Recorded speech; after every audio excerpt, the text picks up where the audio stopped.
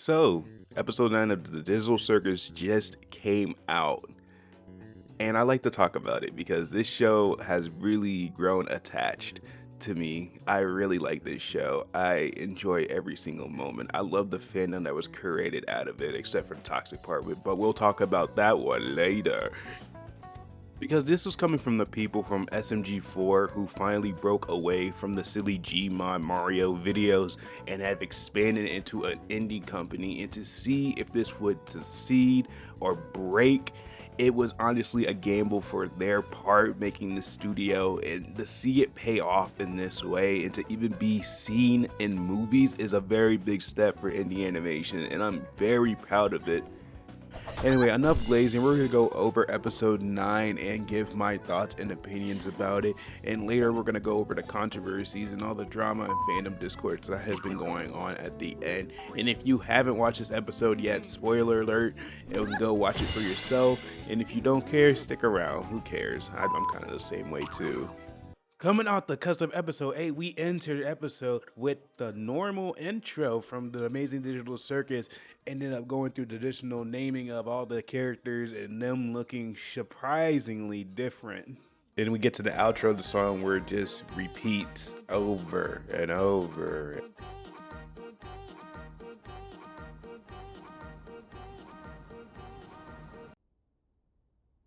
Everybody in the room is mad right now. Everybody's confused and dazed from what happened when Kinger deleted Caine, or almost deleted Caine. Keyword being almost. Jax immediately turns on Kinger because his whole world is completely crumbling around him, from the cool guy facade, from the boxes he put people in.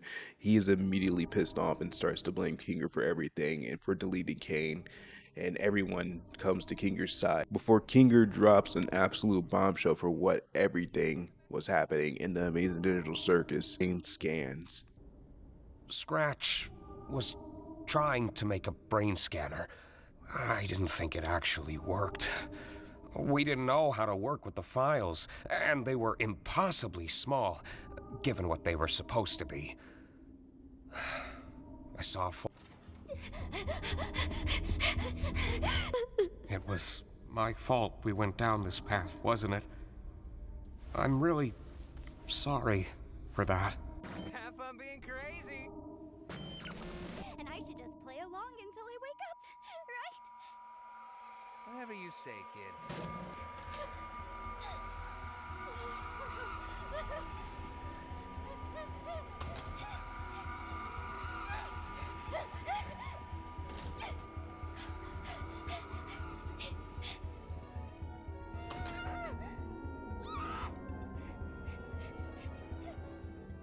I know. I think I've always... Now, the ruminating questions for half of this series was, how did all these characters make it inside the Digital Circus? Were they put in some sort of simulation where they're all collectively sitting around and stuck in a limbo-like state and their bodies frozen? Or were their brains scanned and their consciousness put inside the program? The latter seems to be the answer, and that answer breaks every character. From complete tears to complete avoidance, Jax having the hardest reaction out of everyone, lashing out at the others. I know what it means. Congratulations! Congratulations, Zooble! Guess you still get to leave your mark in the world. Oh, isn't that fun? Jax! I guess you still get to hang out with Mommy after all, right, Rags? Shut up, Jax! Guess I'm... still...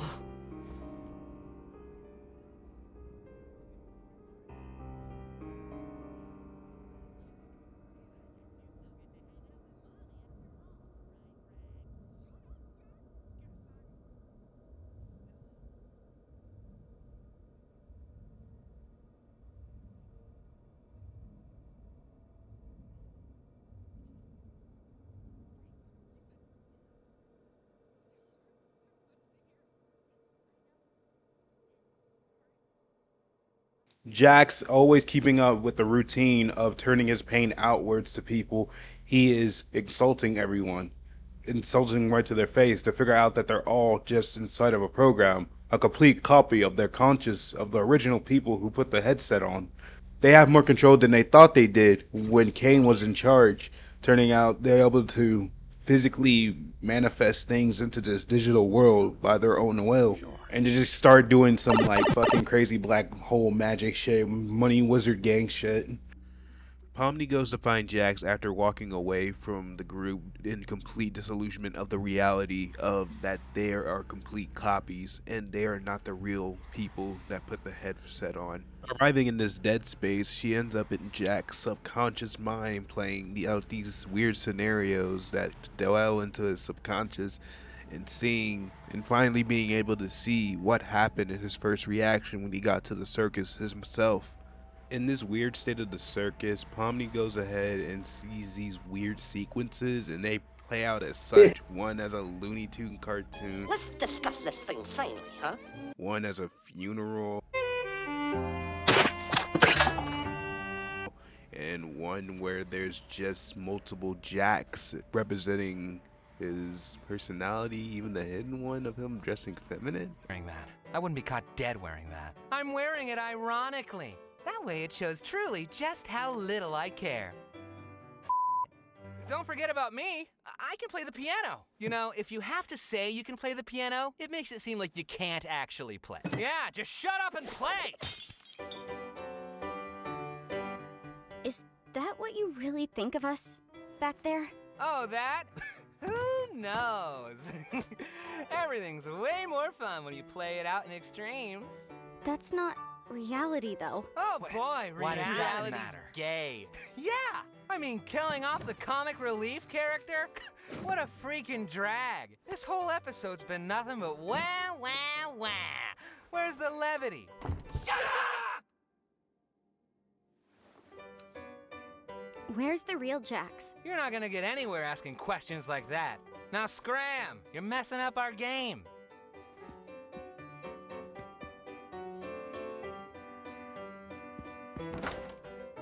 Do any of you have a key to this door? Nope. And even if I did, I wouldn't give it to you. You women need to learn to quit prying all the time. Wow. I hope that doesn't also happen to me.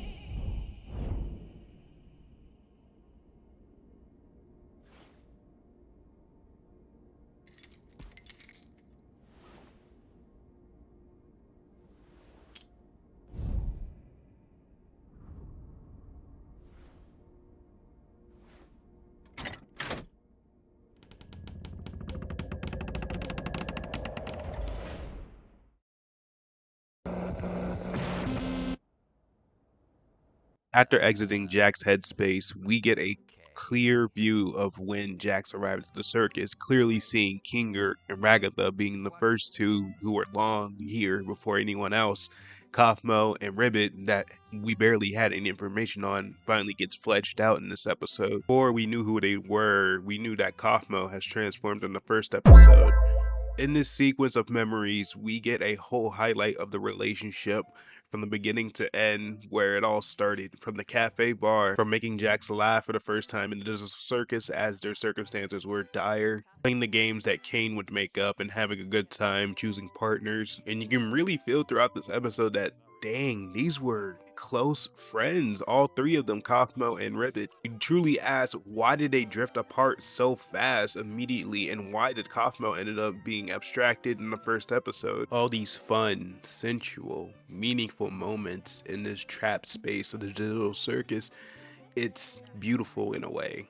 Then we end up in Ribbit's room, where Jax enters.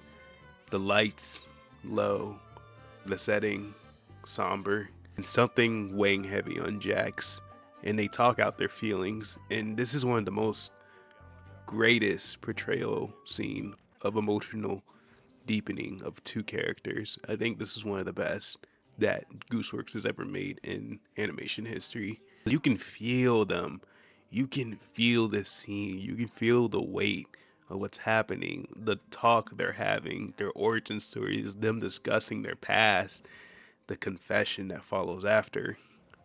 Ribbit divulges her origin story, recalling her mom a Mormon. And you know how Mormons are. Tale as old as time, someone who grew up in religion, someone who was questioning mostly as a child, finally deconstructs and breaks away from their family and end up going on their separate ways to better places. They wanted to live wild and free as they could, unrestricted by the bounds of what religion brought onto them unwillingly and what they were brought up to. Jax, being the most repressed character, decides to just let it all out since entering the circus and just She laughed at me. Then she went off on me, and it didn't stop. Personal, degrading insults that felt like it went on forever. And despite all that, the thing that bothered me most was, at the end of all of it, she hugged me. I didn't know what to do. So I panicked, and I pushed her off me with all the force I could. She fell backwards. And she didn't get up. I didn't know if she was just trying to make me feel bad, or... I never found out the answer. I just ran as far away from it as I could. Whatever I did to her, I'll never know. I guess there's a lot of things I regret about that day.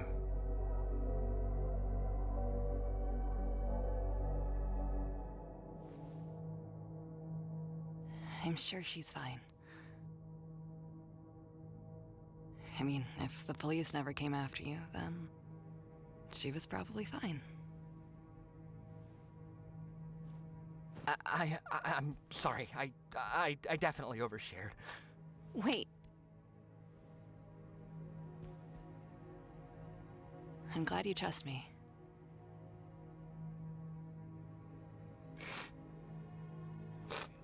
Shit. This is embarrassing.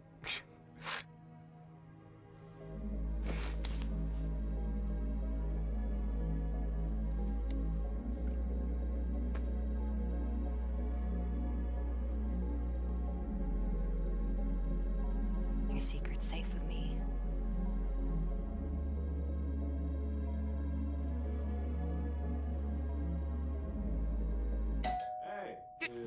Kaufmo shortly knocks on the door asking, "Hey, what's going on?" Jax immediately just freaks out and just immediately dismisses the whole conversation, saying, "Oh my god, I'm gonna kill you," and just has that total freak out of everything. Jax slowly starts to distance himself away from Ribbit after the conversation they had. A person like Jax is someone you know in real life. The person that refuses help, the person that pushes everyone away but complains about their own turmoil. He starts to tell everyone in the circus that don't trust Ribbit. He starts to tell Kaufmo to never listen to Ribbit again, sowing division into their friendship and making it very unclear on what terms they on. So much so that Ribbit decides to just isolate herself forever, staying in her room and then eventually abstracting because of Jack's incompetence and immaturity to even stand up and let himself be helped by other people that care about him. Jax ends up at Ribbit door again after abstraction friends, with but Kaufmo, and I again know you he two pushes were Kaufmo away again and especially again and close. again, and he will continue to Just- do this, developing the personality If you we need anyone to see talk in to. episode 1 Do of I the look Amazing like I Digital need someone to Circus, talk to? along with Yangle's appearance. What? How about we call her Gangle? That sounds about as pathetic as she looks. And again, he does it with Kaufmo, disregarding him after Kaufmo seemed to have found an exit out of the circus and bring him to himself until Pomni comes along. And that's why the abstract form that we see in the first episode. We get this beautiful shot scene of Jax breaking down and almost damn near crying. Such a raw, You're gonna cry? real feeling. And you can Looking like feel this. this scene. You're not looking too good. You gonna cry? Looking like this? The scene is lit beautifully, really played out well, and beautifully shot and animated. In this red room, this is where Jax abstracts, not before Pomni comes to confront him and comfort him, still not giving up on people, even after he decided to self-isolate himself. To help is what accumulated throughout the whole series. Throughout the whole series, we've seen this man just reject to take anything seriously, always playing into a role and assigning people into a role with boxes, while himself was breaking apart underneath the role he put himself. Refusing to get help from anyone, refusing to talk to anyone, led to the downfall of this scene. The struggle to be able to struggle to try to save Jax during the extraction, she is quickly saved by the rest of the digital circus crew. Pomni is saved and comforted by her companions after being inspired by her word and her resilience to keep going. Even after learning the truth of their real existence, she decides to keep going on and realizing all of them that they're all they got. Leading Jack's abstracted form into a tent where they barricaded. They leave him to stay there, rot. Ragatha, conflicted on her feelings, looks at Jax from a distance and goes home into her room and cries even though she hated him.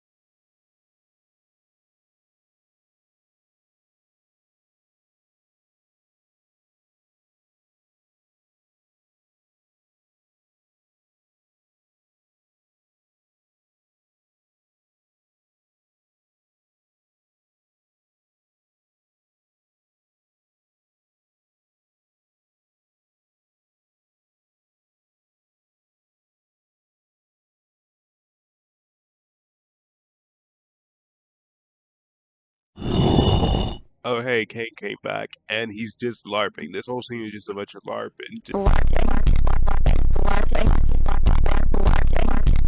Happy birthday, Daniel! Did you really think I'd let this thing evolve? Beyond the person we were a minute before. And just an AI like processing himself saying, am I right for them? Am I being right to humans even though I want to be them? Really wants to fall in love with the humans, but he's so conflicted. And I'm guessing Bubbles is the other half, like that whole floaty Mario bubble looking thing. I'm pretty sure he has something to do with this and was like the evil part of him, I guess, his obsessiveness. I don't know. I just know code and something, brain scan. I think in this scene, Caine just bridged a nigga chain, lrsolaris.com, and just links everything and tries to run a crypto scheme on the digital circus so he can make nigga coins. But that's just a theory. A game theory. Caine goes ahead and starts to look up the people who has been forced into the digital circus to give them some sort of closure to what's happened to them and did they ever succeed in their dreams that they were talking about in the bar scene. Honestly, I think the Amazing Digital Circus could have thrived off scenes like that if it got more interpersonal than the silly, like, swat stick stuff. But I guess this is a really nice way to wrap up the whole series with just them getting closure after figuring out they're just clones. Caine tries to refer to Pomni as Abby, the person who put on the brain scan, but she chooses to go by Pomni because she realizes that Abby is the one truly out there living her life. Everybody is out there achieving their dreams. People are growing and they have gathered a community to hang out in at Zubal's bar. Grango's counterpart starting her new comic, the one she always wanted to start and was too afraid after the accident.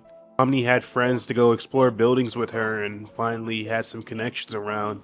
Jax's counterpart ends up finding friends as well after being a little bit homeless and ends up at Zubal's counterpart's bar. I genuinely think this is a nice way to wrap up an indie series, and I think them being inside of a room in a VR headset being there doesn't make sense in any terms. I think the only way the story could have ended was the Soma theory.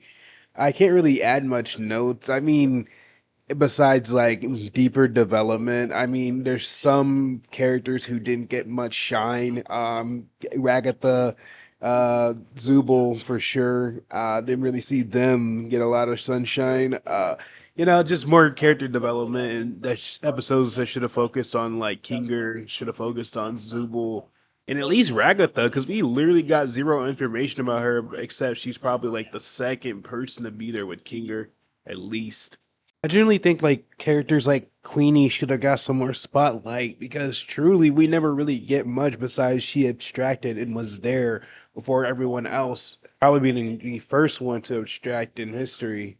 So it kind of doesn't make sense on why they didn't delve deep into her story or anybody else's backstory, such as Kaufmo and Ribbit. I genuinely think the pacing of the show was pretty fine the way it went, especially with the 20 to 30 minute intervals we had. I think the only negative thing I truly have to say about the Amazing Digital Circus is just the terrible fandom and their obsession with how the show was written and how it's basically just taken the project of their own and created it into their new life, where the fan base is basically trying to take over the author's, work, not realizing it's their work.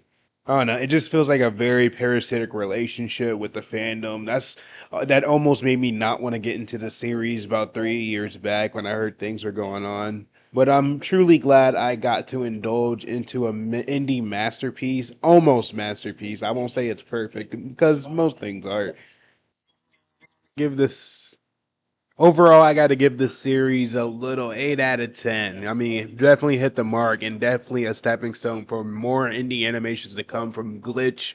I really can't wait to see what they pull off in the next show they are producing. I'm especially excited for Gamerverse. Gamerverse really looks good. I'm gonna try to make a video on that if it's not too late.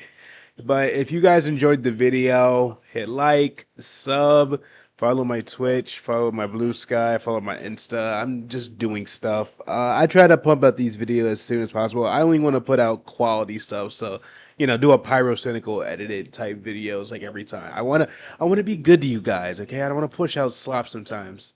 I mean, I can do commentary, but yeah. Anyways, see ya. Hope you have a good day.